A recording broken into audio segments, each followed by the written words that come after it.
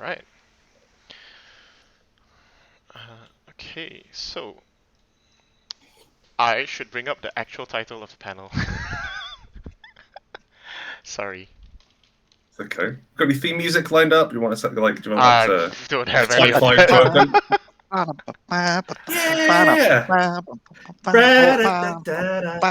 I could play some chill music off the hardwired soundtrack. If we could just get everyone to sing our own intro, Yeah. and then whatever sorting it out in post is, we'll do that. All right. So Yeah, Aaron, you can isolate 4 different audio tracks and mix it, right? Yeah. Yeah. Yeah. I don't Yes, know how. OBS. That's what OBS was made for. Yeah. A scalpel of a thing.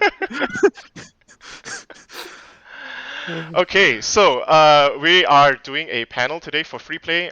It's called "Is This a Joke or Game to You?" Micro RPGs as comedy. Hello everyone.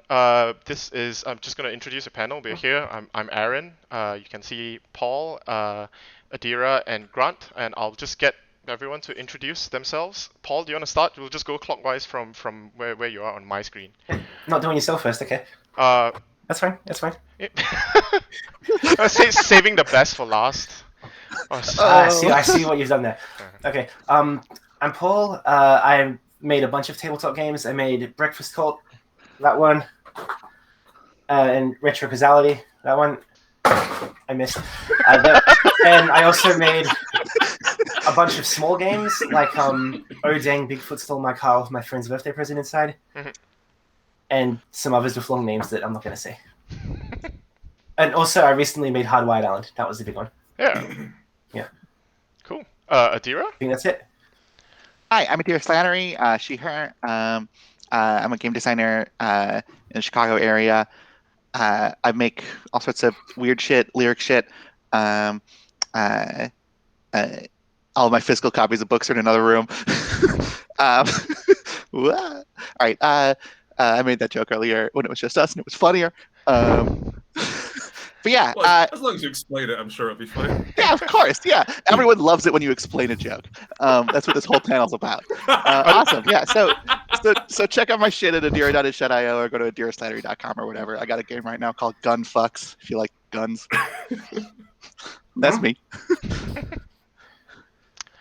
Oh yeah, Grant. Hi, I'm Grant Howitt. He, him. I do role-playing games. This is the realest role-playing game I've written, which has like cloth and innards, and it's all very nice. I'm not going to throw it off camera because it's expensive. I also wrote. I've done longer games about sort of tragic obsession and revolution, and things. And then I've done shorter games like Honey Heist and Crash Pandas and Goat Crashers, where you play animals doing crimes. And I'm much more famous for the second because they're free. And because Critical Role played it, which is nice. Mm-hmm. So yeah, Honey Heist is, I'm pretty sure, the reason why I'm here. We got some OG Goblin Quest. Oh, that's true. Yes, we got Goblin Quest. I did Paranoia as well, the re-release. And all sorts of comedy games. Yeah, no, Honey Heist is the only indie game. So that's the thing. Sorry, I forgot to say. I wrote the only indie game. Yeah. So it was really smart of you to bring me on board. I have to presume you two are from Wizards of the Coast? Yeah, sure. Yeah, sure. Okay, cool.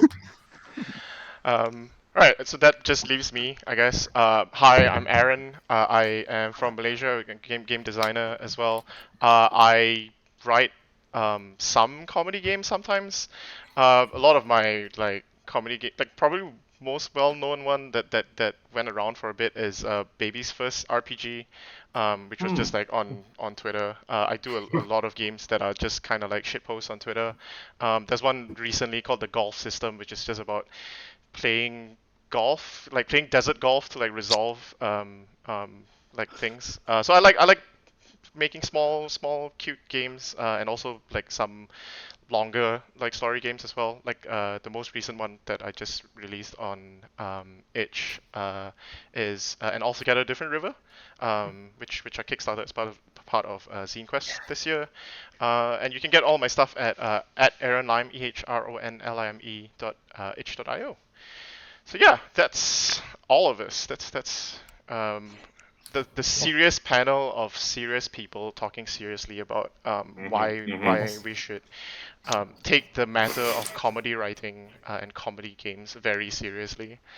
So yeah, what's a comedy game? We'll do the softball question first. Like, what do you think is a funny comedy game? That's the softball question. Yeah, Yeah, it's a hard question. That's a hard ball. How hard are these balls gonna get? Yeah.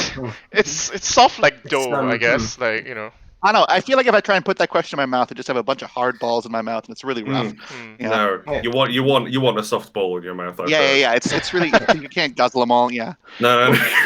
You don't want to bruise your tongue on hard balls. Yeah. I got it. No. Okay. So okay. Oh, sorry, Paul. A comedy game is one that does you a laugh. Yeah. Okay. I'm gonna take a stab. I think like I'm gonna try and do one kind of what a comedy game is. And I think like, especially back in the day, if you look at so someone's shuffling a deck of cards. What is that? Sorry. That's okay. A comedy game is back in the old days. If you look at like original Paranoia, I think there's one called Refuge and Audacity as well, or there's one about kind of a big intergalactic bar where everyone could go and hang out in space. And these are games which are designed to be funny in that the skill names are funny, the examples of play are funny, the characters are funny, and they read funny, but there's nothing particularly intrinsically mechanically funny about them. They don't encourage comedy, and that I think is when you say comedy role-playing games, I think that's where a lot of people's first thoughts go to, especially amongst like the 30+ crowd, because that's kind of what we bumped against. But does anyone have any other better definitions of what a comedy role-playing game is? Yeah, I would say a comedy game is a game designed with like intentionality to like create like funny moments. A lot of that sort of butts up on the same sort of things that like Grant was saying. But to me, a large part of like designing any sort of game to like provoke any sort of emotion. Like this is comedy games are just designed to provoke the emotion of laughter. They do you a laugh, just like Paul said. Like, yeah, it's about like intentionality and things. And you can write a comedy game and read it and be like, oh, that's funny, and that's a comedy game. Good for you. Yeah. So I think you brought up some things earlier. Both of you brought up some things earlier about like the intentionality of comedy games. But also how what kind of form they take, right? There are games that you mentioned that are funny to read, like they're funny names, they're funny skill names, they're funny example texts. But you wacky. Wacky is the faint praise that I would damn this with. But then there's also games that are funny to play, right? Like I think you kind of like motion towards this where they drive towards like they have mechanical things in them that drive towards like making comedy happen at the table. Where like, oh, here are some things that like, maybe will lead to like funny situations. And then there's the other thing that I want to talk about is that it's something that I tend to do is like things that are funny to read in a different way, and that like they're funny just by the fact that they exist, or like that you imagine them, or you imagine playing them with no real intention to play them. So stuff like Baby's First RPG, right, which I wrote was like a big part of it was I didn't really intend that to be a playable game, so like I felt free to like, oh, like one of the key mechanics of the game is putting fingers in your mouth, because you're a baby, right? Like you start with one thumb in your mouth, and then like whenever you want to get better at the game, you just put more fingers in your mouth. So I kind of never intended that to be like a real gameplay mechanic or like to be played at a table, but like something that like, oh, when you read it, when you imagine someone playing it, it's funny. It doesn't have to actually be played. Like it like shitpost game like that kind of like live in a different. I feel that shitpost is really belittling what you're doing. I feel like Okay. I think I you don't think- have a high enough view of shitposts. Shitposts are I love shitposting. I absolutely adore shitposting. But if we are if we're trying to talk to an audience who is not perhaps in on the joke, as it were, saying, "Oh, I'm posting shit," as opposed to I'm writing lyric games. Yeah. This I'm writing game poems. I'm taking the idea of this is what a game looks like, and isn't it funny to extrapolate from that? Isn't it interesting? And like I've done a bunch of a lot of the back page content of my one-page games have been like here's 20 jokes, and they're disguised as the start of games, or like here's like a mechanic from a game which doesn't exist, and we can use our literacy, we can use the shared language which we have to poke fun at the existence of other things, but also to sort of smooth through and set up weird jokes and surprise each other. And yeah, I think that shit posting is one thing, but it's just be kind to yourself. I wear that with like a bit of pride, I guess. Like there's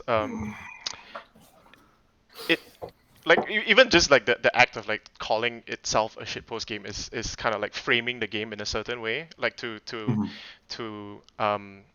like prepare the expectations of the reader. So like, hey, I know you know that I know I'm not taking it like I don't intend this to be like a serious mechanical game, right? Like we're in on a joke, but again, like you said, you gotta be sure that people are in on the joke. So I spent a long time saying my games were terrible, and it didn't help anyone. Yeah. Least of all me. See, I don't think shitpost means terrible. No, that's fine. And like, I know what shitposts are, but I'm trying to Really, speak Grant? to an audience here. No, no, I don't know. Is this drill? Is drill shitposts? Sure. I think probably. I mean that term has evolved a little bit, right? Like where in original forum culture, shitposting is actually bad posting. To now become like a form of I guess it's now ironic shitposting. It's like posting as if it were bad, but like it's it looks bad. Yeah, that's the life cycle of all jokes. Like it's serious, and then it's like ironic, and then it's post-ironic, and then it goes to like goes back in on itself to be earnest again. So I was serious about making this a serious examination of the structures of comedy. I mean, we're talking about tone technically, so Yeah. I think that's a really sensible point, saying like how it sets up an expectation, and I think there is a definite level of there's a coolness to it. And saying, I'm not writing serious games. Yeah. Oh no! I don't care about numbers or anything. And that gives you arm's reach from the topic, which lets you perhaps feel safer, but also gives you more artistic liberty and more creativity. But Adira, you're very much into shit posting. Yeah. What you described is referred to as ironic detachment. And I'm really into shit posting and just like doing all sorts of weird stuff because to me I like genuinely enjoy it, and it is that sort of like freeing sort of thing. It's really nice to like be able to be sitting down and writing and being like I'm just gonna vomit something forth and it's going to exist, and by like phrasing it in these specific sort of ways, I can like temper specific expectations. I can prime people to be ready for sort of different things. Like when I hear that, like, oh, this is like a shitposty sort of game, I go into it being like, all right, I'm excited. Like what is the thing gonna be here? That like I'm already primed to like be in a state to want to be laughing. Like, yeah, it's really fun to do because it also like lets you sneak things in there, right? Like I have a game that a lot of people know called Bad Moon, which sort of on the surface like it sounds very funny. You yell at the moon. You're out in the middle of the night. but I just slip a whole bunch of therapy and trauma in there, and it's a great time. Yeah. Yeah. I love shitpost. I've never shitposted, so I can't comment here. Yeah, That's good. That's good. I'm really glad. I'm really glad that you're staying honourable. Well, but this is the thing, right? About people being in on the joke. We can't expect the audience. Like, how much do we expect the audience to know, like, the context of Paul never shitposted in his life at in. It would have worked better if I could stop doing this. Yeah. Yeah, and I think this is one of the. I think we're breaching games design at this point and talking in crowds and out crowds in comedy. Oh well. Yeah. Yeah. Which is quite challenging. I'm gonna say something serious. Check this out. First serious thing of the night. There is another thing I've been thinking about, which is sometimes if you're an indie developer, there can be some pressure to make your game like really good and just knock it out of the park in like all respects, like writing, art, layout. Like you can look at the stuff other people are doing and be like, oh shit, that's really good. Why can't I do that? But if your game is just some bullshit you're doing as a joke, it doesn't matter. You can do what you want. And I can make all the text upside down if I want. You can't stop me. Yeah, that's why micro games are so good too. Because like what Aaron was saying about like it's just a little thing. It's just like it. If you go like, hey, here's this weird little thing I made, people go, oh fuck yeah, it's a weird little thing. Nobody's expecting like polish and like hardcover books and like various embossed things. It's nice, yeah. Yeah. Although a fully like well-produced, embossed one-page game would kind of be funny. Oh, that's interesting. But can you get a hardcover one-page game? So it's got the full like hardback and you open it, it's just a single A4 page in the middle. Or would that count as 6 pages? Would Wolfspell count as a hardcover one-page game? Wolfspell is a game printed on a record album jacket by Adira. I like it. Yeah. Like that. Yeah, why not? I mean, technically it's a non-page game. Yeah. For a given value of page, there are multiple pages there. I do want to kind of like ask about like the delineation between like big and small games and like how you could make either like fun and funny, because I've mainly been writing like small games, right? So that's my experience. I know, Paul, you have written like longer, like pretty big long games, and a lot of them have a sense of humor and a particular voice to them. Yeah, although to be fair, that's just because I'm shit at not doing comedy. Like Breakfast Cult, the one that I showed earlier, that's a cosmic horror game. It's basically it's the future, magic is real, but there's like a whole scientific element to this. I've definitely read the laundry files. And you are at like an elite academy for people who are learning magic, but there's all this like cosmic horror elements to it. Everybody has a secret agenda and is working against each other. It's very possible that you will die, or your secret agenda might be to like literally kill people. There are cults that sacrifice people and all of that. But also, one of the sample characters is just a generic white guy, and he's based on like every generic white guy protagonist in a video game. And his special ability is to convince people that he is actually a completely different white guy that they've met before. There's just a whole bunch of stuff like that on every page, and I am not great at writing horror. It turns out, but I think it can be helpful. It helps to it gets people engaged in the setting. It makes them want to keep reading. To flip to another example quickly, I just released Hardwired Island, which is like a cyberpunk game. It's 400 pages, and if there wasn't any comedy in it, I think it would probably be a bit too depressing to read past like the first 150. Yeah. But anyway, basically, I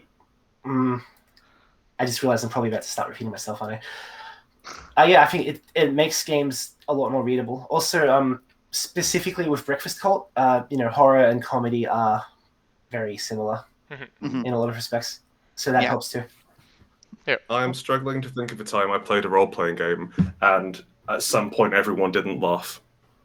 And it's certainly possible to go and there are upsetting games, there are horror games. I don't push it especially hard. I don't really go for really difficult stuff, but I've been in LARPs where we had to decide which one of us was to be sacrificed in the dawn, and still at some point everyone had a big laugh, because there's an element of, if you put a bunch of people into a room and tell them to improvise, there's going to be that pressure, there's going to be that awkwardness, and so it will break up and it will rise and fall. And I think taking comedy as a natural part of role-playing games and writing a comedy horror game is in some ways a very honest approach to the end product, because Call of Cthulhu, at no point is it like, oh, and by the way, here's where to put the jokes in.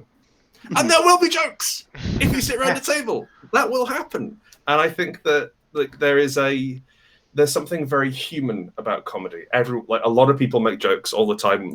We make not just pre-written gags, but little things to make each other laugh, little things to please each other and act as conversational grease, as it were. And that is a truer expression, I think, of what it means to sit around a table with humans and make up a story, than being, okay, it's a really big, serious story, everyone. Everyone have feelings and write them down, and then talk about what the feeling was afterwards.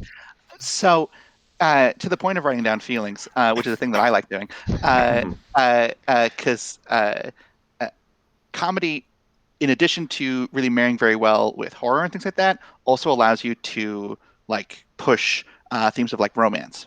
Absolutely, yeah. Yeah, I write a lot of games about intimacy and romance and things like that. And the three of comedy, horror, and romance, you can put any two of them together and it works great. I've got horror romance games, and the nice thing about comedy and romance specifically is that comedy builds an emotional connection, right? By reading a game that's about romance with comedy in it, you're building an emotional connection with the person who wrote the game, and that's priming you to build even more emotional connections with the people that you play. A game that a lot of people like to use an example for one of my games. I have this game called No Love's Land, which I did for Zine Quest in 2020, where you play robots on the opposite side of a war, and you're falling in love, and it's all this very drama thing. And the gameplay of itself is you build pillow forts and chuck notes at each other, and so that sort of use of comedy helps sort of be no, I am doing kind of silly thing. I can sort of really put my whole self into this, and really push forward. Like a lot of people will talk about games where they're oh, let me introduce my joke character, Fucko the Clown, and then and then they're playing a campaign, long campaign style game, and 10 sessions later they're no, Fucko, I love you. Yep. I would like to raise up Fucko the Clown as an example as well, in that the most successful comedy games that I've worked on or that I've played and that I've read, especially that I've been part of, is you have to start from somewhere understandable. You have to have something which isn't funny, and then you can start ramping up from that. So the idea of a war between races, between different kinds of robots, is not funny, but the idea of throwing love letters to each other from pillow forts is funny, and we get to build, and we get to look at the absurdity of that. And so many of the problems with so many of what I didn't really enjoy with old-fashioned games which are written to be funny rather than to make comedy is there's a lot of Fuckos the Clowns. Fuckos the Clown. There's a lot of wackety smackety Yeah. A lot of fuck-nosed clowns, like star-nosed moles. There's attorneys general. Yes, yeah. It is. You very quickly hit a ceiling and the GM in that position is operating in as like a helmsman or a helmsperson, someone who's steering that and trying to rein it in, trying to pull that back down. And the more freedom you allow players, the quicker it is to see them jumping right over a shock. And it's like, well, I can't build this, I can't pace this anymore. And I think that if you've got something which isn't funny, you can keep going back down to that. You can keep falling back in and then building back up. Yeah. Yeah, this kind of like ties into like what you were mentioning, what you wrote on your profile introduction, where like you think games that are funny shouldn't have funny mechanics. Right. Okay. Let me just say. Not put any jokes in the rules verbatim. This is what was written. Okay. Fine. So this is. I think funny games should obviously have jokes in the text. That's fine. The text is fine. Just walking it back. It's all the way back. It's fine. I'm very sorry. No. For me, one of the things which I really value in games is having the mechanics clearly explained, so I can then use those in a way to tell a story. And that's not every game does that, and part of the fun with like getting really arty in games is obscuring that and making it strange and messy, and understanding the fact that like play is so different from what you write down at your keyboard, and you can play with that. But for my enjoyment and for the things I write, I'd like to have a clear structure in there. And so the thing which kind of rubs me up the wrong way, I think, is like it'll be in an example of play, or it'll be like in a results table, there'll be a gag on 4, and it's something which you're referring to a lot, something which you have to go back to. I feel that I really respect keeping almost the technical manual, the core game elements there, and then being able to build a structure around those. And I think if you try to make those funny, then in the play it's jarring. And I think that's me walking it back enough that I can get away with it while still kind of endorsing the original message. Do you find how do you find you the way you treat mechanics in your games, Paul? Oh gosh, it's tricky. Partly the reason why it's tricky is because I almost never use my own systems. Well, I do agree with Grant though. I mean, one of the things, if like structuring a page to convey rules and structuring it to tell somebody a joke are two very different things. So if you're reading a joke post that's meant to explain the rules to you, that can mess with your head a bit. I probably can't say I've never put jokes in the rules, but not in that way. A lot of my games, like Breakfast Court, for example, use fate, like the fate system. And in the fate system, you have like two different things, aspects and stunts, where you can just write whatever you want, and you're basically like naming a special ability. And when I see that, I'm just like, oh, naming stuff is great. You should definitely put jokes in names. Holy shit! I'm currently fiddling with a game. It's another cyberpunk game, but it's not a serious one. It's about fishing and heists. And I've just spent several hours looking up like fishing puns and just going. Like sometimes I just like releasing a game where I'll show it to my friends and they'll just be like, "God damn it, dude!" That's your intention. Benchmark. Yeah, your benchmark. That's the word I was looking for. Yeah. Yeah, it's just like if someone replies to your post with like your name in all caps, like, okay, that's a good post. Yes, that's my brand. Yeah. Body the brand. I think I can complicate that a little bit in the sense that I think in smaller games, you can play around with like jokey mechanics, like partly because you're not asking. Yeah. I don't want to say. I'm not saying anyone can or can't do anything. I'm saying what I prefer to do. So please.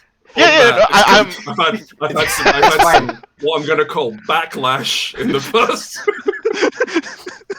I'm gonna treat this real careful, okay? Yeah, no, next time we all see you, we're all gonna punch you. But I'm not even taking it that way, right? You're a designer. Of course, we I wanted to, yeah, I wanted all to of get ahead of that, but please, yeah. sorry, go on. Yeah, we all have like different ways that we want to design games, and like there's no one like true way to design a game. And also when we talk about like different things working better in different contexts, right? Like I also kind of like generally agree with you in that like because of the principle that we talked about before, where people will make jokes when they play games. You don't have to make a game like explicitly funny. Like some of the funniest games I've played have been like Fate games and D&D games, and like people just make jokes and like have fun at the table regardless of whether the game is supposed to be funny. But when it comes to like a small game, there's a bit of like a density of like what you can, like, I'm not gonna write like 5 different jokes in the setting, so some of the jokes have to go inside the mechanics, right? So that's kind of like where I'm approaching it, and I think that like we can cover this later on, and like I think that there's actually like a very productive thing to do just from a game design practice as well. But yeah, you wanted to mention something. Right. I did, but I think Adira's been waiting to say something for ages, and I didn't want to talk over her. So please, if you want to disagree with me, because these two guys have just agreed with me, and if you want to just sort of, Yeah, I think jokes and mechanics is amazing, and I love it.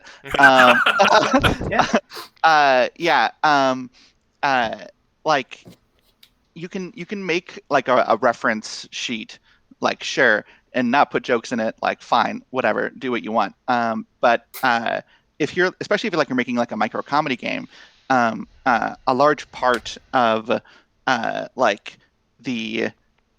real estate of the game, like what Aaron was saying, is that like you run out of places to put the jokes, right? So the jokes are going to end up in the mechanics. Like to use an example of a game that you wrote, Grant. I think there's a wonderful set of jokes in the mechanics in Honey Heist. You've got a hat on a bear. That's a mechanic. Is that a mechanic? Yeah, it is. It doesn't interact with the rules in any way. But you're wearing a hat. It's a rule. It's an optional hat table. But yes, I suppose that's the thing. I don't know. I mean, I'm not entirely sure whether I class that as a gag, but it is a bear in a hat, so it's quite funny. Yeah. Would the other mechanic in Honey Heist where you're trying not to lose your shit as a bear count? Yeah.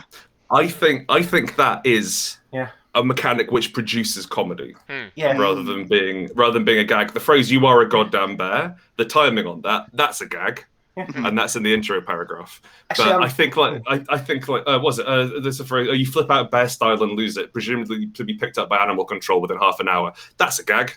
Yeah, that is a joke. It's not. It's like, and it doesn't need to be there. And I think like the more that I'm talking about this and actually putting my cards on the table, I'm like, oh, actually, I've written a lot of games with jokes in the rules. Well, I mean, one thing I've been thinking of is, I think it might be worth making a distinction between jokes in the rules where you just read the joke and that's the joke, and then like comedy in the rules that encourages the players to make their own jokes, I suppose.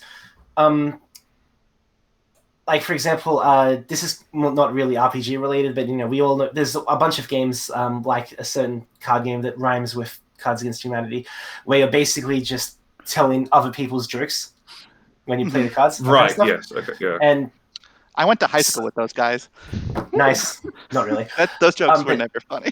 On the other hand, you can have...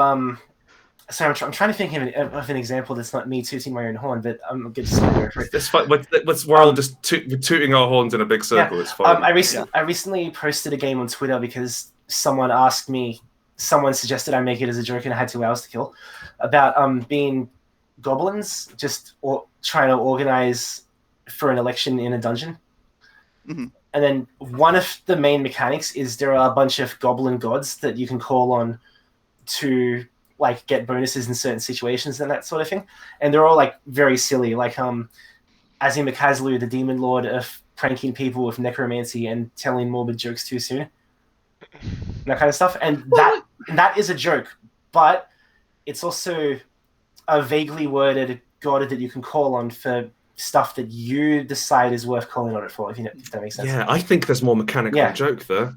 Well, honestly, there is a thing that well, I mean, like it's inherently silly, but also what the actual joke is up to the player, I suppose. Anyway, yeah. Sorry. There are some things that like we've sort of been like talking about, which is like whether the mechanic like needs the joke, right? Like is this a joke that like informs and like supports and like helps the mechanic like push forward, right? Like as part of it, I wrote a game about how to tell Yiddish jokes.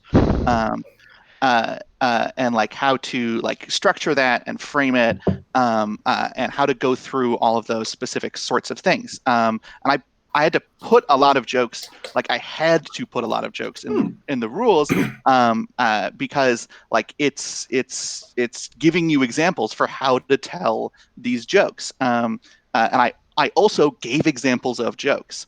And it showed how to incorporate it. It showed all of these different things, and like it's also got like funny mechanics of there's a rock. It's the joke rock. You pick it up when you tell the punchline, and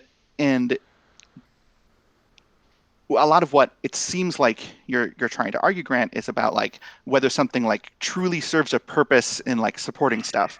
And that sort of goes back to some of the stuff that we were talking about earlier about what is a comedy game, and that's about the intentionality of like I wrote down and I go, this is a comedy game, and that was what makes it a comedy game. It's tricky. I think that I'm much more forgiving of this sort of thing the shorter a game is.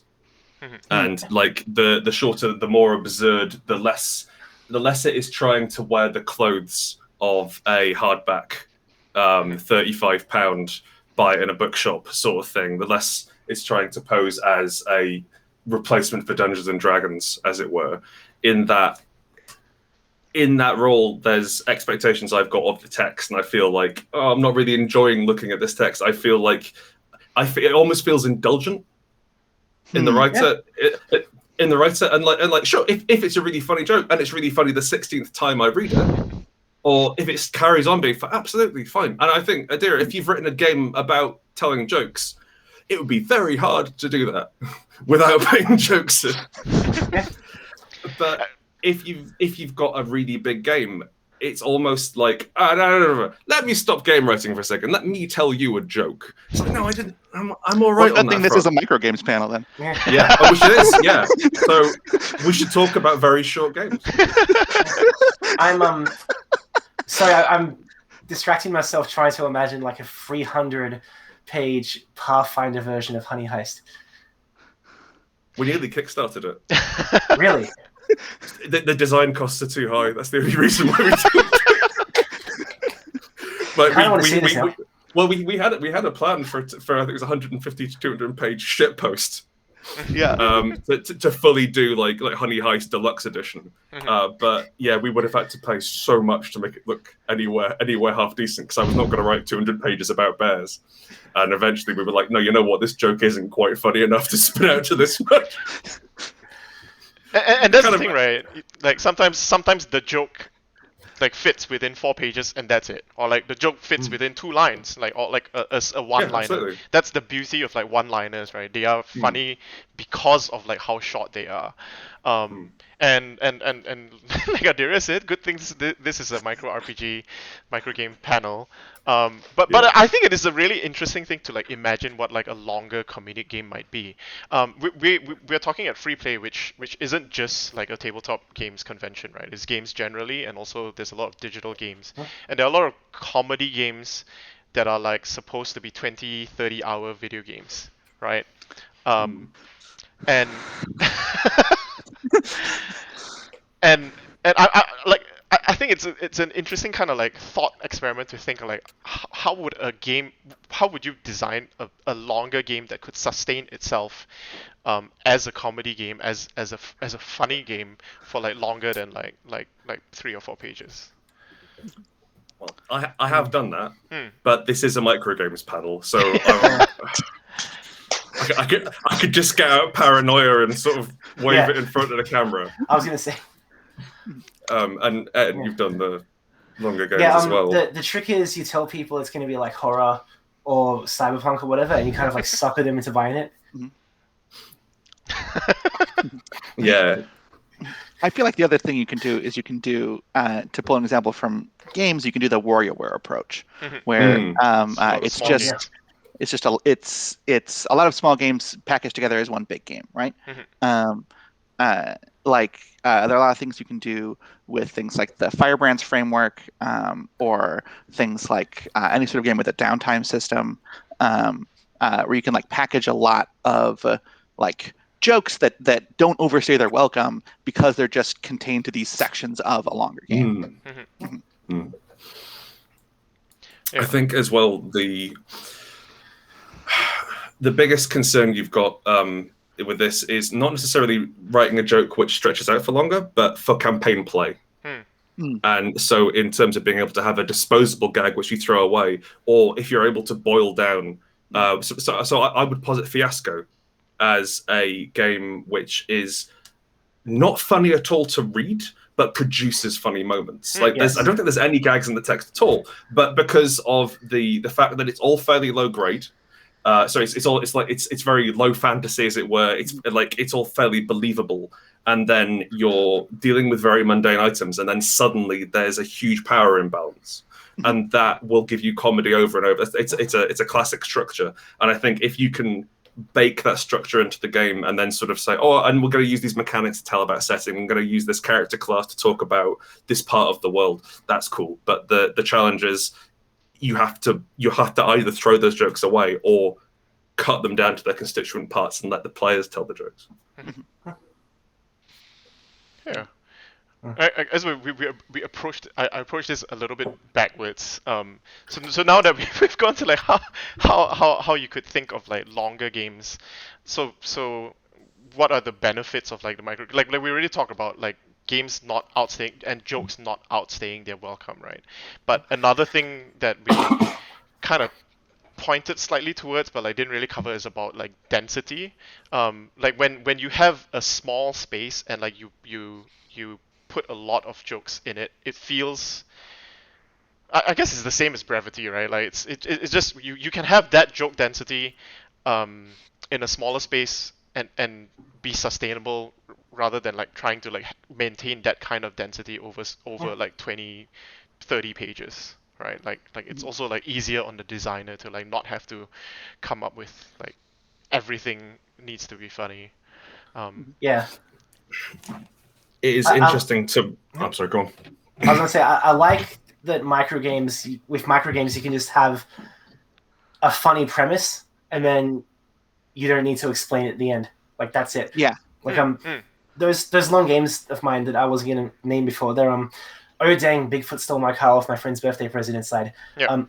Dang, Mothman won't move out. He said it was just for the weekend. And dang, my ET neighbor is a conspiracy theory guy. That's the joke. That's the joke. Those are the jokes at the end. I don't need to do 10 pages on each of these. Like, almost you don't need to do a page on those. Like, the name itself, like, oh, dang, Bigfoot stole my car. Like, oh, great, I've already really enjoyed hearing that name. I don't necessarily, and I can just sort of imagine the game being played. Oh, I guess I'd have to go and find Bigfoot. Cool. Speaking of, I got that idea from, like, Japanese light novels. Yes. The deal with those is a lot of them come out like at once all the time, and if you want to get people to get your book off the bookshelf, the only place where you can really advertise to them is the spine of the book. So a lot of them just have these like really long titles that are just like, bang, here's the concept, bang, here's why it's funny. Yeah. And then I like that. if you like that, you might get the book. Yeah. Interesting. From as a man who puts out one comedy game every month, which was not a sensible decision. Well, okay, they're not all comedy games, but a man who puts out a game every month. One of my favorite things about micro games is they act as sort of a pressure release valve. Because this is my full-time job, and you know we have a business. We have the work I create pays my wages and other people's wages, and I have a responsibility to make things which will sell and which will bring in a revenue. And it's great having a, well, to use a phrase, shitpost place where I can go and like, yeah, this is half an idea. I reckon I've got the pizzazz to spin this out to a page, and it'll be playable and fun to look at.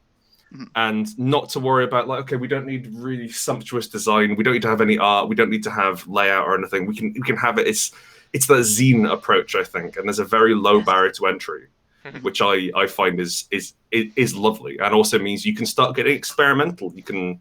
It's the equivalent of your Edinburgh Fringe or any other sort of comedy festival where you have not the big headliners, but the people at the edges who are trying to push in interesting directions. Is where you're going to find more exciting things, if not perhaps more palatable things. Yeah, that's why I really love lyric games, because like most lyric games are all these like weird little things that people are just sort of like throwing out, and a lot of them play with like multiple concepts at once and humor and all these different things. Like there's a wonderful little lyric game that sort of like masquerades itself as comedy and is really about like game design theory called Indie Kids Menu by Danny Libre, and it's great to be able to have those like little like release valves like you're talking about, being able to be like, I don't need to make like a massive thing. I can just be like, hey, I got this weird little idea, and isn't that neat? Yeah. And like, I think one of the other things is that kind of like what y'all were mentioning with like comedy games in general as well, right? Like it's that you can kind of slide in other commentary or like other like satire for example. That's like a pretty common use of like the joke game or the shitpost game, or like it's to try and say something about something serious, but like dress it up or like cover it up in like something a bit more palatable, like for example, like my golf game like has a lot of bits in it about like, hey, golf as a sport sucks. Yes. Like it uses up so much of our land and water, and like we should just destroy all golf courses. But like because 3 dimensions is too many for golf. We only need 2 dimensions for golf. Yeah. I've actually got a section in Hardwired Island that I wrote in there just so I could say golf is objectively the worst sport in the universe. Yeah. It's what dragons would play. No, I think dragons would have taste. Wow. I don't know. I've seen the last. Gaudy fucks. Yeah, no, I really like that, and to give Etna a bunch of praise, I really think that Hardwired Island like really pulls off a lot of that like mix of like humor and satire stuff of like you've got like cat boys like getting high and doing stuff, and at the same time using that to like as like commentary for society and things. It's nice. It's really good. Like because comedy is able to do those things that by like adding it into your game, you can push even more of that forward, right? Yeah. Like I write a lot of like straightforward, serious games about like sex and things, but it's really good to just sort of throw comedy in there as well, to be like, hey, I'm making this commentary about like queer love and queer relationships, but you're throwing comedy in there. It's good. That I want to say thanks, but I also want to mention that the specific section about cat boys getting high and doing terrorism was written by Sandy Plug Games. High nice. Freelancers, it's good. One of the reasons for that though is Hardwired Island is a cyberpunk game first, or it's supposed to be, and I think cyberpunk should be topical. It should say something about our society. And one of the interesting things that you learn when you look at society for long enough is everybody in charge is stupid as hell. Right? Like, I think using comedy, a little bit of comedy when talking about that just helps a lot, because man, like a lot of like old science fiction, for example, in those ones, all the bad guys are like marching in with their stormtrooper uniforms and be like, "Hey, Captain Fascist here to kill everybody." But no, it's actually fascism is like some little dumpy white guy with a brain that isn't there. Sorry, that sentence just ran away from me in the middle of that. But you know what I mean? Yeah. Yeah, fascists can be short too. You're right. Yeah. It's just, I mean, okay. One thing that was sticking in my head through like a lot of Hardwired Island, for example, is this is actually going to be a comedy thing. It was an interview with some Silicon Valley guy, and he takes like massive amounts of medications and like experimental medications even every day, and all this like body hacking stuff to try to make himself, superhuman or whatever. And he has a doctor whose job it is to prescribe him stuff that a normal doctor would have told him to fuck off for. And then there's a bit part way through where he's like, "Oh yeah, I think human enhancement is the future. I think some people might say it's bad. It could like deepen inequality. It could make the world worse. But I just think it's inevitable." Speaking as a guy who shoves cybernetics into myself every day, and it's just people like I really don't have to explain why that's stupid as hell, though. But just when you look at what's actually going on, like some guy thinks he's going to become superhuman because he can pop like a shitload of those little Flintstones vitamins or whatever, and then everyone should just like roll over and accept it. That is just an inherently silly idea when you actually think about it. So I think if you want to do a political game, like even a micro game, for example, it can help to just make it a little bit goofy. I think. I definitely think some goofiness helps in terms of that ironic detachment, and in terms of being able, like, so the political game I wrote was Spire, and it has this absurd ruling class who are inhuman and strange, and they are like written as broadly and non-specifically evil. So you can just take whichever oppressor you don't like and put it in there. There's an awful lot of Louis XIV's knocking around. There's one thing in Spire that jumps out at me. Actually, this like constantly sticks in my head. I'm actually going to put it in a game I'm running. Like it's a private campaign that we're in. It's also going to happen before. I'll get my lawyers to call your lawyers. Go on. It's okay. No, I'm just saying my players won't find out because the session will happen first. But it's that one section where they used to stuff and mount their deceased. Oh yeah, I still have some Dark Heresy. Don't worry. Yes, yeah, that one. They stuffed and mounted their deceased, and then after a while, that fell out of fashion. But they still had all these taxidermy dudes laying around. So there's just like a warehouse somewhere where they're all like stacked up. That is so silly. I love it. Well, and like it's not super far away. Like you could definitely be like, oh yeah, and of course the French did this. Oh yeah, okay, that makes sense. Yeah. And I think by like putting that absurdity on top of it, then you can start poking fun and not like actually get ground down in how hugely unpleasant wealth inequality is, how hugely unpleasant oppression is, how these things have poisoned every single interaction we have as humans. And it's nice to sort of put clown shoes on a Nazi and kick him down the stairs rather than necessarily drowning him in a sink. Yeah. Although, I mean, anyway. No way. I guess bringing it back to like small games, right?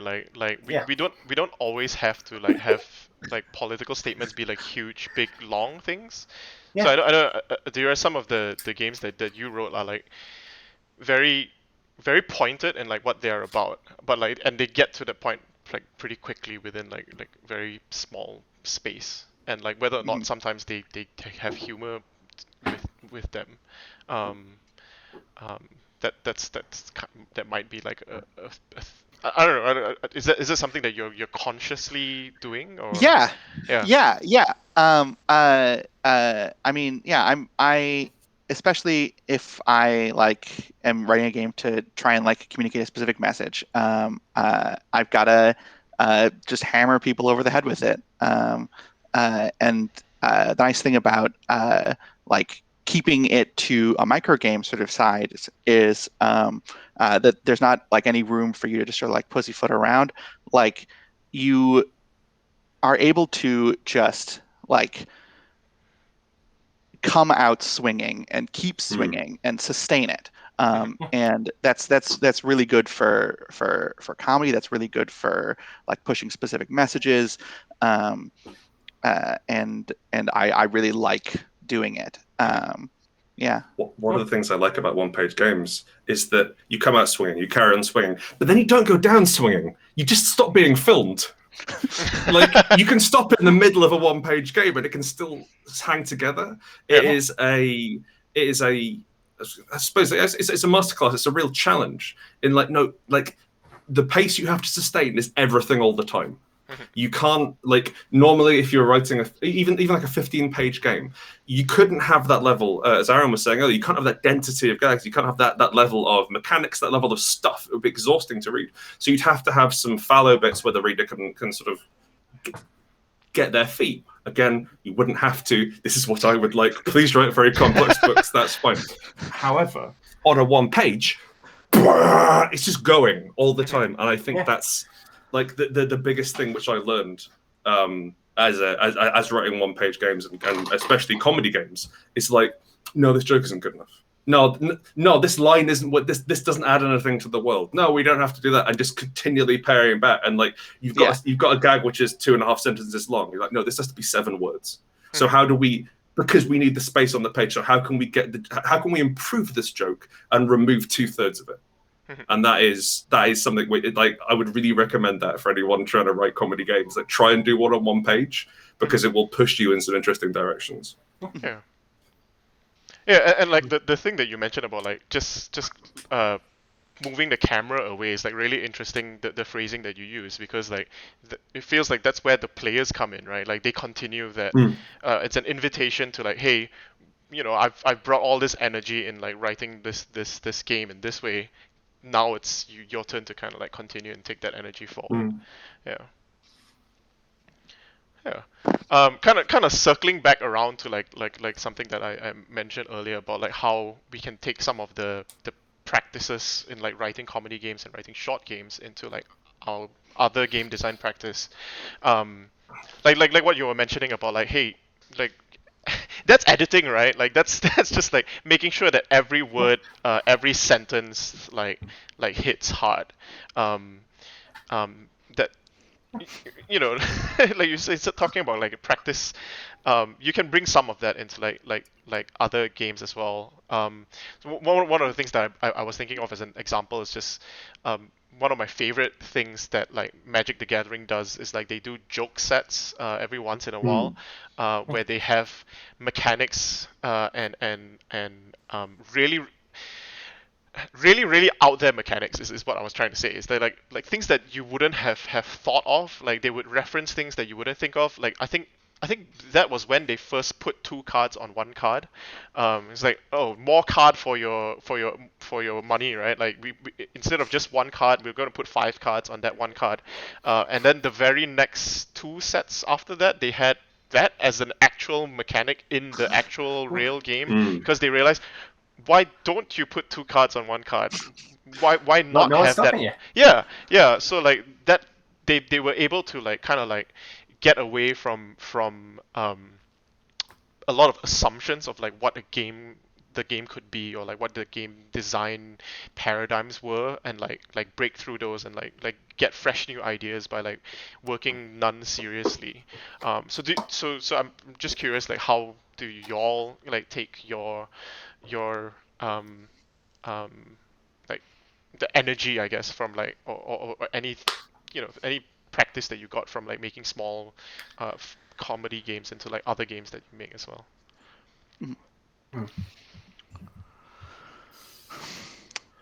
I don't write sub-mechanics anymore. I've completely swore off like subsystems and anything which plugs into a bigger system. No, get out of here. Yeah. And like, it's a huge problem because they're quite useful in a lot of ways. But I'll see a subsystem and it starts itching, it starts getting uncomfortable. It's like, no, we don't need specific rules for doors, unless it's very funny to have specific rules for doors. But I think I'd much rather have a really like tight, cut down, pristine system, which then you can put stuff around. And that for me, I think, has risen out of writing so many one-page games because I don't have the room to, like, I have to hand over to the GM for so much of it. Yeah. I mean, I was going to say, like, there are some, like, especially if you're coming from, say, D&D or, like, D&D-like games, a lot of them tends to be, like, really long and complicated with, like, detailed rules for things that don't matter. I'm trying to think of an example that's not from Wagner game. It's okay, I'm going to do it. The example I'm thinking of from the Metal Nazi Murderer game, it's not a game about that, it's a game by that guy. Yeah, Wagner is a convicted murderer. Totally different. And white supremacist. Yeah, and his game is terrible. And the main thing I remember about how terrible his game is like there's this long table of how the difficulty for like swimming through a river changes, like depending on like the wind speed. And who gives a fuck? No one. But people keep like reading D&D and Pathfinder and all these games and just thinking, yeah, we need to have a table for like how far you can walk with certain kinds of shoe. But then if you make Shadowrun. Yeah, Cyberpunk games in particular, they're like, oh yeah, hey, you like hacking? How about this hacking system? You like hacking? Sorry.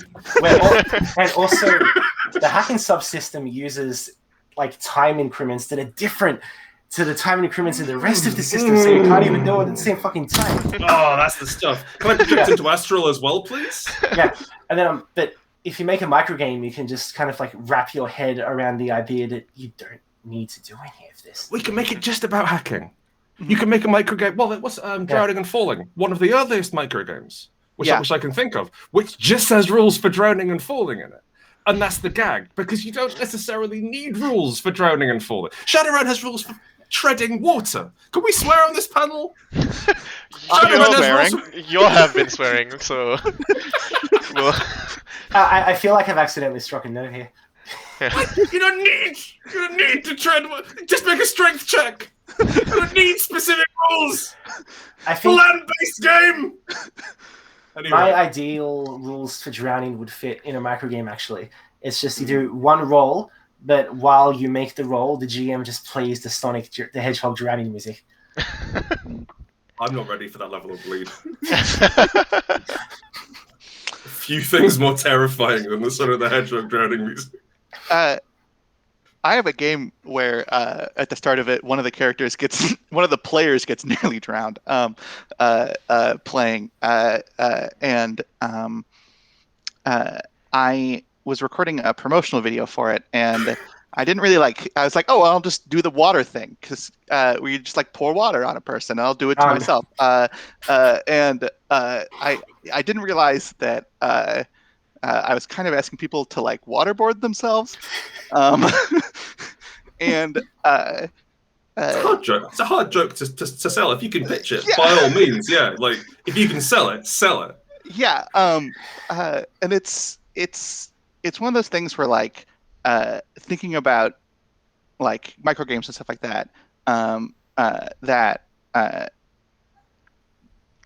This game's like a not exactly a micro game because it's like a couple page zine, but by like noticing that like I have this little sort of like throwaway mechanic that it like really matters, that like it really pushes you to be like, all right, I really want to like sometimes even expand on those things, right? Like with a microgame, you're able to like fully explore a single concept if you really, really want to. And when you're looking at taking that sort of practice to a larger game, that's when you look at, okay, well, now I want to explore a thing and make it last for pages and pages and pages. So it has to be something that like fits that. Like there are all sorts of games that when I was like first starting writing that I would assume I would have to make as like a really big game. And now it's like if I think about a really big game, it has to be actually really big. Yeah. Mm-hmm. Yeah, because like the scale of things, Because like if I'm gonna make a game that like asks people to waterboard themselves, that's like a pretty like small scale mechanic of just pour water on somebody for the length of time as you do this chant about Poseidon. Um, uh, uh, but like taking that and going and like taking that energy and expanding it is I like doing that. Yeah. Do you put the rag in their mouth, or are you just pouring water over someone's head? You're just pouring water over someone's head. Okay, that's Yeah, better. yeah, Okay, Yeah. Yeah, because like if you're pouring water over someone's head and shouting about Poseidon, that's like, oh, cool, I get it. What a fun game. Rather than you have to waterboard yourself to play this game. So is this one of the sex games? No, it's not. It's not one of the sex games even. Yeah, no, it's. Oh, dang, Poseidon stole my car. No, it's kind of about abuse though. So Yeah, well, Yeah. I mean, yeah, I mean, you know, we're all working through a lot of stuff. Yeah.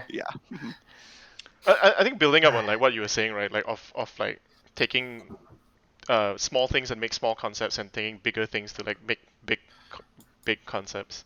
I guess for myself, like I actually think one of the most influential games for like me writing comedy or funny games is Dread. Because of like its willingness to like go outside of like normal. What do you play a role-playing game with? Dice, cards? No, it's a Jenga tower. Should I say tumbling block tower instead? You use the tumbling block tower, the generic name for it, because The UTS tower. That's a bit of a Sydney joke for you, Freeplay people. But like just the idea of like, hey, you can look at things that aren't traditionally thought of as like part of like tabletop role-playing games to write things about tabletop role-playing games, and that kind of like freed me to like, hey, if I want to write a comedic game, I'm not constrained by what tools are like normal in like other tabletop role-playing games, right? Like one of my joke games is like, people know about like Free Kriegspiel, Revolution, FKR, and like, oh yeah, what if you just played FKR but with twigs? You know, like you just snap a twig and whoever has more of the twig remaining like wins instead of like rolling a die, just so that I can call it FKR twigs. Like that's kind of like the thing that helped me kind of like get into like, oh, you know, why don't you put your fingers in your mouth as part of like a game mechanic, right? Like, and weirdly enough, I have another serious game that does use fingers as a game mechanic, which is why I can tell people, oh, that was from my fingers period.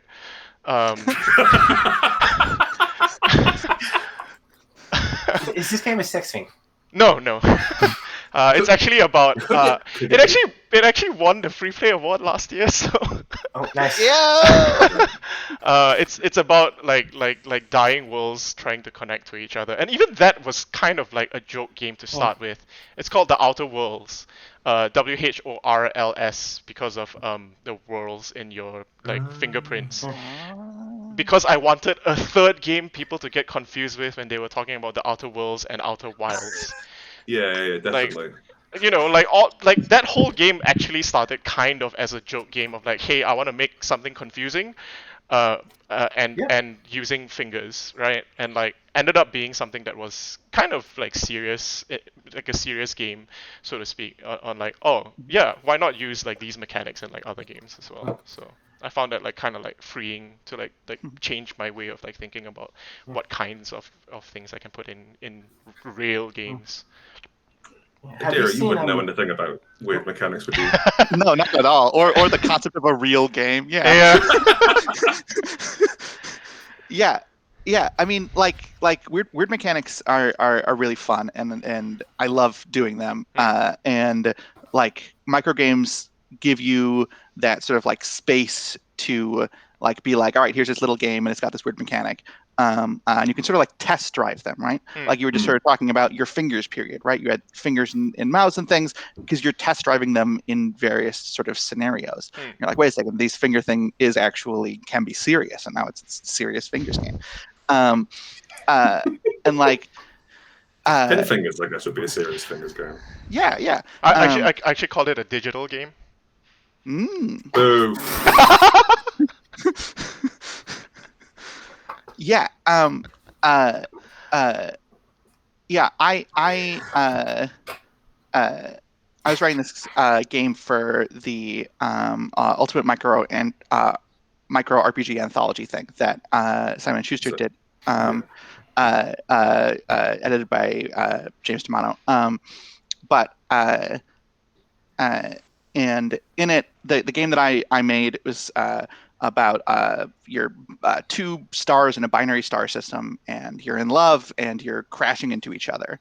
And you like sort of tell the story of the star system with you draw things and you slide paper along a table, and at the end you're like together and stuff like that. And this like concept of like moving forward and things like that, and like getting closer to each other is something that I've played with in a lot of different micro games. I've played with like the concept of like physically getting closer in that one. I played with the concept of like physically getting closer to each other in No Love's Land, the game I talked about earlier, because as you get more love notes, you can get out of your pillow forts and slowly get closer and closer. I've got a game that this is the game I've gotten the most death threats over, which is my game Kissing Comrades, which is a 200-word LARP about anti-fascist makeouts, which is also about physically getting closer. And like by playing with all those sorts of things, like I'm able to like use these different microgame scenarios on this one mechanic of we're physically getting closer, and like really push it out into different things. And it's like, all right, if I'm thinking about a bigger game, like I want to write like a very big LARP, I don't really write them anymore, but I used to write like 30 character like massive parlor LARPs. Like then I would be going, all right, oh, actually, no, I do want to use this moving closer mechanic because I've really explored it across these like multiple micro games, and now I can like pull it into my larger practice of doing these sorts of different things. Cool. I think we're getting close to the end of the time for the panel, but I want to end on like if you have any questions that you want to ask the other panelists, because we're not going to do this is a pre-recorded panel, so we don't have any like Q&A or anything like that. So this is a great time for you to ask a peer, a fellow designer, like any questions you want to ask about designing games. I'll start off because I haven't forgotten this part. Grant, you promised to talk about paranoia and its connection to the movie Airplane. I want to know about that. Yeah, sure. So this mainly comes out of a podcast called Rule of Three. Rule of Three is it's a British podcast where these two comedy writers get on comedians to talk about something they didn't make but they love. They got on Charlie Brooker to talk about Airplane. This is where I learned all this stuff. But the deal with Airplane, which is probably my favorite film, it's up there. Wonderful film, is that it is a straight adaptation of a film which came out 6 years ago, which wasn't comedy. So 6 years beforehand. So they took the script from an aeroplane disaster film and then rewrote it 30 times. and then which is why some of the jokes don't like connect in a lot of ways. And the reason why these jokes are here is because they make sense if you saw the original film, but not here. And so like again, another thing which I really love in comedy is seeing things free of context. I think that's beautiful. I love, like I watched the sequel, to Wet Hot American Summer before I saw the original film. Chronological order. Yeah. Well, I watched it in chronological order. I thought it was much funnier before I knew the reasons for all the jokes. I thought it was on non sequiturs. Yeah. However, because it has this underlying structure, because it has all the beats of a disaster film, it still works as a disaster film that is funny. And the bits which haven't aged so well, the bits which kind of drag, are the extra bits they put in, which are often quite topical, which will have, like, there's the Bee Gees scene, there's some stuff which is referring to various news stories of the time. But the really strong elements of it are the underpinning things which came out of that original disaster movie script. And why I think Paranoia, why I really like the way which we did Paranoia, I'm not a big fan of the way which previous writers did Paranoia, is that ours has a game in it. And there is a game in Paranoia, except they deliberately obfuscated it from everyone. And the gag was you weren't allowed to know the rules, which is fine from a reading the book point of view, but if you're playing it, it becomes very frustrating. And all my experiences of playing Paranoia XP and beforehand are me feeling like, oh, well, all right, I didn't understand what was going on, and I've been punished for it, which is thematically fair, but not actually a fun thing to do on a Saturday afternoon. And so what we tried to do was write a story game in Paranoia, which empowered the players to make madcap decisions which punished the characters. And so I think the biggest decision I made was critical failures are played on you by another player, and their character doesn't have to be alive or in the scene or anything. So you have this weird sort of metagame thing where you can screw each other over throughout the game and have that up. But at the end of the day, there is still a functional game, and you know all the rules under it, and you are equipped to make decisions and enjoy yourself in that world. And that is the connection between Paranoia and Airplane for me. I will say, an awful lot of Paranoia fans don't agree with me. So it didn't go down super well, the new edition, because we changed too much. Should have just written the same book again. Maybe that would have gone much better. Not just book. I had the 4th edition problem. Yeah. Oh God, yeah. Best edition. Oh, actually, can I say why I think D&D is funny? Yeah. Sure. D&D's a headmaster. D&D's the dean of the college, and he's coming around here. Oh, you can't misbehave over here, and you've got all these rules and all these regulations. You're like, whatever, dean. We're going to ride around on motorcycles. The fun of D&D is ignoring the rules, but they're there, and you know you're supposed to use them. So it's like, oh well, we're using spells in ways which the book doesn't actually have written down. The fun bit of D&D is when you stop playing D&D, and like it is a straight man to operate against. And that is the two things I wanted to say. Go ahead. Yeah, I mean, like the funniest thing that like I ever like have been parts of in D&D like never had to do with the mechanics, mostly because they suck, and are this like headmaster. Yeah, it's really interesting as well. Like thinking about like how those sorts of things like inform how people play games and like how people design games and things like that, to leading to people being like, all right, if I'm going to have mechanics, then I should be picking this game for a reason, and that's probably to play the game. Whereas the people are like, no, I want to make this game where the mechanics, quote unquote, get out of the way, like how D&D's mechanics get out of the way. And it's very interesting looking at sort of how all of that comes from this like inherent comedy of like playing D&D, and I think it's fun. What is everyone's white whale? Like, what's the game you haven't been able to write? What's the gag you haven't been able to get across? Fuck. Oh man. There's actually there's one that I want to do, and okay, so this is going to be a bit weird to explain. It's a game. It's a small game, or it probably would be a small game because I don't think I can make this joke last. About like kaiju, but it's not like the giant monsters. It's like you live in a city that's like it's been years since a kaiju attack. They're all gone now. Everyone's happy, and then you find like their kids. It's like kaiju babies, and like you're basically trying to take care of the worst pets in the universe. And I think it would be funny, but also I just haven't been able to figure it out. And I think part of the reason why is because I like kaiju movies that are about the monsters, whereas this game would inherently be about the people who happen to be standing next to the monsters. And when you do a kaiju movie about the people who happen to be like in the area going, oh my god, it's a giant monster, I'm in the US military for some reason, then I just want to like neck myself.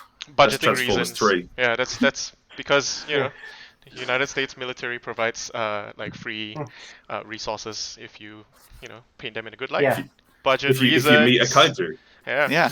I think you could have a really sort of fun, scaled down version where like it takes out a daycare center or it destroys a shop rather than a town, and you have or like it ruins your meeting or your date. There could be some fun there. I mean, I think what I would do is you gotta have a good density of people playing the terrible children kaiju. Oh, that's interesting. yeah. Let's make it a LARP and have it all the short players. Yeah, sure. No, it's all the tall players. All the tall. Well, I just want to start as small players and you tie them together as the LARP went on, as they got more and more larger and monstrous. Could be one of those sex games. Do you have a white whale, Adira? I don't know. Mostly, if I have an idea, I just write it. Yeah.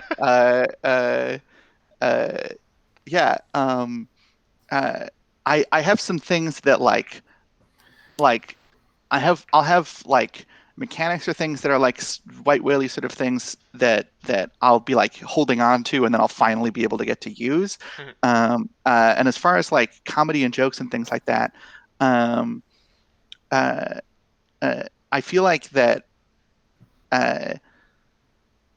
there are a lot of jokes about like gender that I don't necessarily like as a trans person. Many of my games are sneakily about gender, but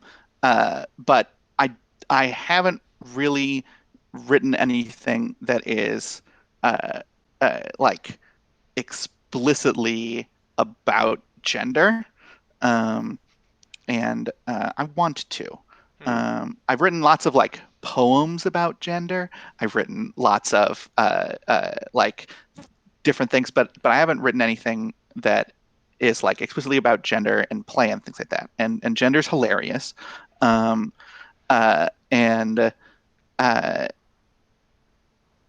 I guess that's the closest thing to like a comedy white whale that I have is more explicit gender jokes. Yeah. Yeah. Yeah, but a lot of my problems with like doing that, and one of the reasons why I've avoided it and things like that, is because I only want to write those jokes for other trans people. I don't really want to show them to cis people. Sure, there's a couple of Discords you could spread them around on. Yeah, and like there's more than a couple. Yeah, like the collective noun for a group of trans people is a Discord. Like I thought it was a games design studio. Perhaps, yeah. Web dev firm, yeah. But like, yeah, it's interesting because like, when you're like writing comedy, a large part of it is dependent on the audience, right? To talk about a game that I talked about earlier, again, my game Weissman of Hum, which is about like telling Yiddish jokes. It's in a collection of a bunch of different Jewish games. So there's an amount of sort of like understanding of like Jewish and Judaism that can be a little bit assumed, sort of in there. And there's like heavy lifting being done by the other games sort of before it in the anthology of explaining some of these things that then means that like that this is a game that I can just write for like people who would get it. Yeah. Judaism fans. Yeah. We've got loads of fans. Maybe there was some in the audience. Hello. Yeah. Yeah. I think for myself, I don't have a comedy one, but like the closest thing is like, I wrote like a play set for Follow, which is about going to a wedding banquet and like making it to the end of the wedding banquet with dignity. Which I wrote as a playset for Follow because it's like, hey, I don't actually, I have an idea of like, I want to make a game that is about going to like a wedding banquet or like a big fancy dinner and things go wrong and like you have to like kind of like survive one dinner. That could be comedy. Yeah, like it's hilarious. Sounds like comedy's going to arise. It's often comedic, right? Like that kind of scenario, but it's also like often very like relatable, I guess, like especially for like big Chinese dinners which happen every year, every reunion dinner. So I've always wanted to do something that like with that concept, with its own system or like idea that like works within it, because I think follow doesn't really, it's not like a perfect fit for it, I think. So it's just like, oh yeah, at some point, one day I want to kind of like come back to this concept of Maybe Fiasco? it sounds more like a Fiasco playset. Doing Pathfinder, man. Yeah. Yeah. God, I'm Have you sure. considered- I'm sure there are a bunch on the DMs Guild, honestly. Honey I was just Highstack. gonna say, have you considered Yeah. 5th edition? Yeah. Yeah. It's the perfect game in a lot of ways. Yeah. Yeah. So what's your white whale, Grant? Big Brother. Okay. I really Wait. want to write. Like TV Witcher? series? Yeah, sorry, yeah, the TV series. Yeah. So like tacky reality TV, which is designed to spark the people off against each other. I find like what I wanted to write was a most dangerous game scenario where you hunt each other through this weird cyberscape murder zone during the day, and then at night you all go and live in the same house and have like diary rooms. And I thought that would be a really fun thing to try and play with, or like because they are already games designed to create drama. And everything about Big Brother, and reality TV shows fascinates me, and like the creation of the space, the staggering inhumanity of every part of it, I find beautiful. Not in a way where I'll watch it because it's quite dull and very long, but the ideas behind it I think are fascinating and very funny. But I haven't hit the mark with it. But hopefully over the next couple of months I'm doing some collaborations, and I'm hoping I can work it out. The secret ingredient is wizards. Sure. Yeah. Which you could write underneath RPGs in general, really, I think. Wizards. Just add a wizard to it. Yeah. Put a wizard in. Yeah. Actually, Actually, the concept sounds like a seinen manga, actually. Oh, what, sorry? like a Japanese manga. Oh, manga, for- yes. Yeah. Specifically, like the more mature ones. Do they put wizards in? No, not yet. Well, the wizards there wear gimp masks usually. Yeah. Oh, I see. They're my It's one kind of of wizards. Yeah. Oh, it's one of those sect manga. I see. Yeah. Okay. I knew what Aaron was talking about. Yeah, I think if we have no more questions, I think that's it for this panel. We'll just end with, starting with Paul again. Just tell everyone where they can find you and find your stuff online or in stores somewhere. Yeah. Well, first, I'm Australian, so you might see me in the audience. Ooh. I'm waiting a few seconds to make sure that everybody has started trying to look for me, because I'm probably not going to be there, and it's going to be really funny if I'm not. Well, Anyway. depends how the lockdown goes. You can find me on Twitter at Ettin64, ETTIN64, or etin.itch.io. I think that's everywhere. Yeah, that's everywhere I care about. Those are the places you can find me. Adira? Yeah. Go to Google, type in my first name and my last name, and then you'll find me. I have amazing SEO. There's furry porn of me if you look hard enough. You're talking first page or second page of Google? I don't think it's on the first page at all. You might have to go into image search. Yeah. That's the go on. Yeah. But yeah, Google me. You'll find my Twitter. You'll find my website. You'll find my itch. You'll find all that shit. Yeah. Cool. Grant? I'm Grant Howitt, as you can see from the thing. My SEO isn't so great because there's an investment banker in Guernsey who shares my name. Kill him. Yeah, well, he had it first. However, yes, you can probably find me by searching Grant Howitt RPG. I am JS Howitt on Twitter, and I post about everything I do on there all the time. You can find all my other links through that. But a lot of my stuff you can get for free, or like near to, like, or it's pay what you want. So you can get it for free if you're a bad person. How about that? Cool. And for myself, I'm at Aaronlime, EHRONLIME, everywhere pretty much on Twitter and on itch. So yeah, thank you everyone for taking part in this panel today. I hope everyone watching had a good time and learned something as well. But yeah, thank you. See ya. Bye. Bye. All right, I'm gonna.